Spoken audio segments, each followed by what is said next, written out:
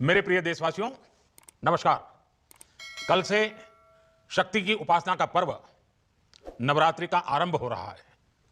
आप सभी को बहुत बहुत शुभकामनाएं। नवरात्रि के पहले दिन से देश आत्मनिर्भर भारत अभियान के लिए एक और महत्वपूर्ण और बड़ा कदम उठा रहा है। कल यानी नवरात्रि के प्रथम दिवस 22 सितंबर को सूर्योदय के साथ ही नेक्स्ट जनरेशन जीएसटी रिफॉर्म्स लागू हो जाएंगे। एक तरह से कल से देश में जीएसटी बचत उत्सव शुरू होने जा रहा है। इस जीएसटी बचत उत्सव में आपकी बचत बढ़ेगी और आप अपनी पसंद की चीजों को और ज्यादा आसानी से खरीद पाएंगे। मुझे याद है जब 2014 में देश ने मुझे प्रधानमंत्री पद का दायित्व सौंपा था, तब उसी शुरुआत के दौर में एक विदेशी अखबार में एक दिलचस्प उदाहरण छपा था। उसमें एक कंपनी की मुश्किलों का जिक्र था। उस कंपनी ने कहा था कि अगर उसे बेंगलुरु से 570 किलोमीटर दूर हैदराबाद अपना सामान भेजना हो तो वो इतना कठिन था कि उन्होंने सोचा और उन्होंने कहा कि वो पसंद करती थी कंपनी कि पहले अपना सामान बेंगलुरु से यूरोप भेजें और फिर वही सामान यूरोप से हैदराबाद भेजें। साथियों, टैक्स और टोल के जंजाल की वजह से ये तब के हालात थे और मैं आपको सिर्फ एक पुराना उदाहरण याद दिला रहा हूं। तब ऐसी लाखों कंपनियों को, लाखों करोड़ों देशवासियों को अलग अलग तरह के टैक्स के जाल की वजह से हर रोज परेशानी होती थी। सामान को एक शहर से दूसरे शहर पहुंचने के बीच जो खर्च बढ़ता था वो भी गरीब को उठाना पड़ता था, आप जैसे ग्राहकों से वसूला जाता था। साथियों, देश को इस स्थिति से निकालना बहुत जरूरी था। इसलिए जब आपने हमें 2014 में अवसर दिया तो हमने जनहित में, देश हित में जीएसटी को अपनी प्राथमिकता बनाया। हमने हर स्टेक होल्डर से चर्चा की, हमने हर राज्यों की हर शंका का निवारण किया, हर सवाल का समाधान खोजा। सभी राज्यों को, सबको साथ लेकर आजाद भारत का इतना बड़ा टैक्स रिफॉर्म संभव हो पाया। ये केंद्र और राज्यों के प्रयासों का नतीजा था कि देश दर्जनों टैक्सों के जाल से मुक्त हुआ और पूरे देश के लिए एक जैसी व्यवस्था बनी। वन नेशन वन टैक्स का सपना साकार हुआ। साथियों, रिफॉर्म एक अनवरत चलने वाली प्रक्रिया होती है। जब समय बदलता है, देश की जरूरत बदलती है, तो नेक्स्ट जनरेशन रिफॉर्म भी उतने ही आवश्यक होते हैं। इसलिए देश की वर्तमान जरूरतों और भविष्य के सपनों को देखते हुए जीएसटी के ये नए रिफॉर्म्स लागू हो रहे हैं।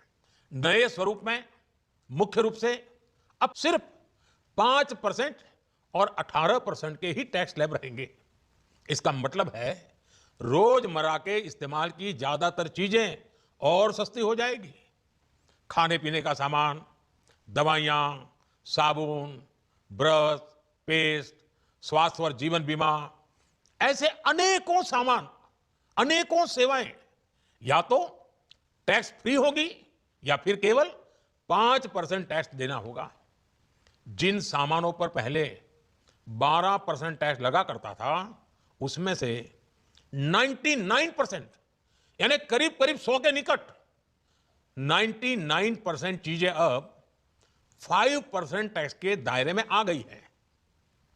साथियों, पिछले 11 साल में देश में 25 करोड़ लोगों ने गरीबी को हराया है, गरीबी को परास्त किया है और गरीबी से बाहर निकल करके 25 करोड़ का एक बहुत बड़ा समूह नियो मिडिल क्लास के रूप में आज देश के अंदर बहुत बड़ी भूमिका अदा कर रहा है।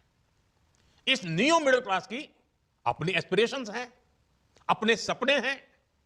इस साल सरकार ने 12 लाख रुपए तक की इनकम को टैक्स फ्री करके एक उपहार दिया।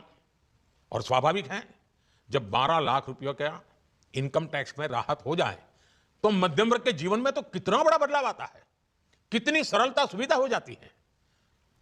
और अब गरीबों की भी बारी है, नियो मिडिल क्लास की बारी है। अब गरीब को, नियो मिडिल क्लास को एक तरह से डबल बोनांजा मिल रहा है। जीएसटी कम होने से अब देश के नागरिकों के लिए अपने सपने पूरे करना और आसान होगा।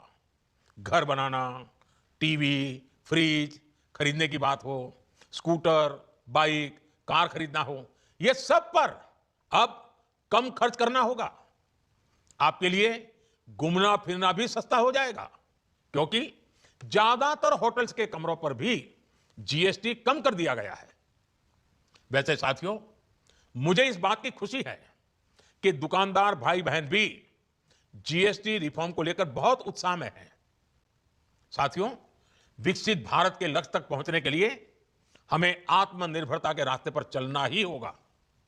और भारत को आत्मनिर्भर बनाने का बहुत बड़ा दायित्व हमारे एमएसएमईज यानी हमारे लघु, मध्यम और कुटीर उद्योगों पर भी है, जो देश के लोगों की जरूरत कम है, जो हम देश में ही बना सकते हैं, वो हमें देश में ही बनाना चाहिए। साथियों, जीएसटी की दरें कम होने से, नियम और प्रक्रियाएं और आसान बनने से हमारे एमएसएमईज, हमारे लघु उद्योगों को, कुटीर उद्योगों को बहुत फायदा होगा। उनकी बिक्री बढ़ेगी और टैक्स भी कम देना पड़ेगा, यानी उनको भी डबल फायदा होगा। इसलिए आज मेरी एमएसएमईज से, लघु उद्योग हो, सूक्ष्म उद्योग हो, कुटीर उद्योग हो, आप सबसे बहुत अपेक्षाएं हैं। आपको भी पता है, जब भारत समृद्धि के शिखर पर था, तब भारत की अर्थव्यवस्था का मुख्य आधार हमारे एमएसएमईज थे, हमारे लघु और कुटीर उद्योग थे। भारत की मैन्युफैक्चरिंग, भारत में बने सामानों की क्वालिटी बेहतर होती थी। हमें उस गौरव को वापस पाना है। हमारे लघु उद्योग जो बनाए, वो दुनिया में हर कसौटी पर बेस्ट हो, उत्तम से उत्तम हो। हम जो मैन्युफैक्चर करें, वो दुनिया में आन बान शान के साथ बेस्ट के सारे पैरामीटर को पार करने वाला हो। हमारे प्रोडक्ट्स की क्वालिटी दुनिया में भारत की पहचान बढ़ाए, भारत का गौरव बढ़ाए। हमें इस लक्ष्य को लेकर काम करना है। साथियों, देश की स्वतंत्रता को जैसे स्वदेशी के मंत्र से ताकत मिली, वैसे ही देश की समृद्धि को भी स्वदेशी के मंत्र से ही शक्ति मिलेगी। आज जाने अनजाने हमारी रोजमर्रा की जिंदगी में बहुत सी विदेशी चीजें जुड़ गई है, हमें पता तक नहीं है। हमारे जेब में कंघी विदेशी है कि देसी, हमें पता ही नहीं है। हमें इनसे भी मुक्ति पानी होगी। हम वो सामान खरीदें जो मेड इन इंडिया हो, जिसमें हमारे देश के नौजवानों की मेहनत लगी हो, हमारे देश के बेटे बेटियों का पसीना हो। हमें हर घर को स्वदेशी का प्रतीक बनाना है, हर दुकान को स्वदेशी से सजाना है। गर्व से कहो, ये स्वदेशी है।